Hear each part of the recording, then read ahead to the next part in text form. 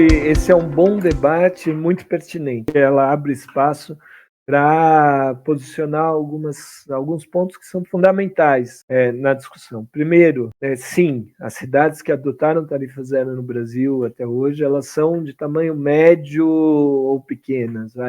A maior cidade é Caucaia hoje, que tem 355 mil habitantes. Depois você tem algumas outras experiências relevantes. Tem uma recente que ela é bastante interessante observar, que é Canoas. Canoas, na região metropolitana de Porto Alegre, adotou a tarifa zero, tem 342 mil habitantes, adotou de maneira emergencial. Não sei nem até quando eles vão manter, mas foi por conta das chuvas e até agora a política está mantida. Caucaia fica na região metropolitana de Fortaleza, é interessante, forma-se um círculo ao redor de Fortaleza, é um caso para estudar também. Fortaleza tem 6 municípios fazendo fronteira, 4 deles têm política de tarifa zero, sendo 3 política de tarifa zero universal. Maracanaú tem política parcial, mas é uma tão ampla que não dá para entender por que eles não universalizaram ainda, em suma.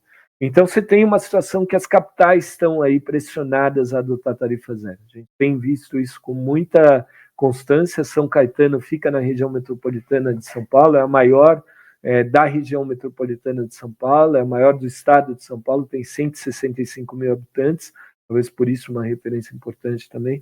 Mas, realmente, são cidades de tamanho relativamente pequenos, são cidades médias. E tem aí um fato que a gente precisa, ou sim considerar, que nas cidades com até 500 mil habitantes, a frota de ônibus necessária para organizar uma rede de transporte, ela normalmente é 100 ônibus, ou menos de 100 ônibus, é algo suficiente, tá?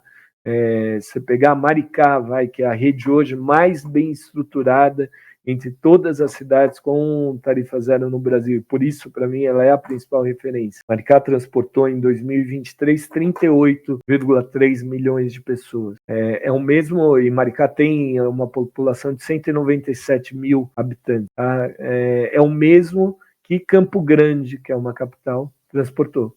Campo Grande também transportou 38,3 milhões de pessoas em 2023. Campo Grande tem 4 vezes o tamanho de Maricá. Tá? Então, só para a gente tentar dimensionar e pensar. Mas mesmo Maricá tem uma rede que ela eles têm menos de 200 ônibus. Nas metrópoles, se você olhar o número necessário para atender a população, ele é muito maior. E é um crescimento exponencial, ou seja, não significa que eu preciso de um ônibus para tantas pessoas, eu vou precisar de 100 ônibus para tantas pessoas. É muito maior, inclusive em termos proporcionais. Eu não vou citar números para a gente não se perder nos números aqui, mas esse é um fator que deve ser considerado.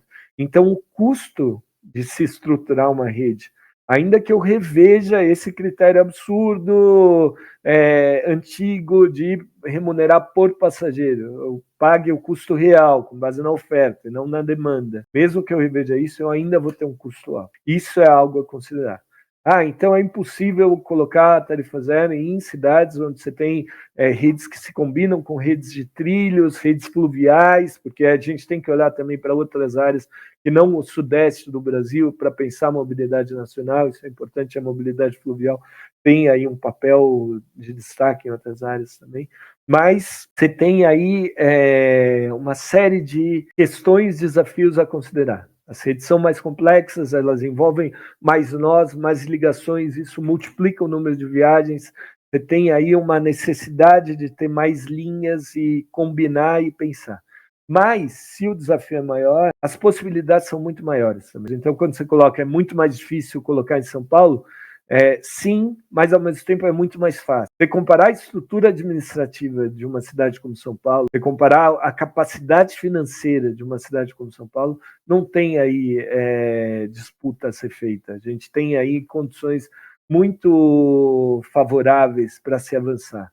Eu não sei se para se avançar de uma vez, porque a gente está falando aí de um problema que ele foi aí crescendo com o tempo, alimentado por políticas e por uma perspectiva muito, muito distorcida, com muita constância, mas a gente tem sim começar a desparafusar essa bomba antes dela explodir. Tá? Estou usando uma imagem forte, mas eu acho que ela é pertinente porque é desse nível de gravidade.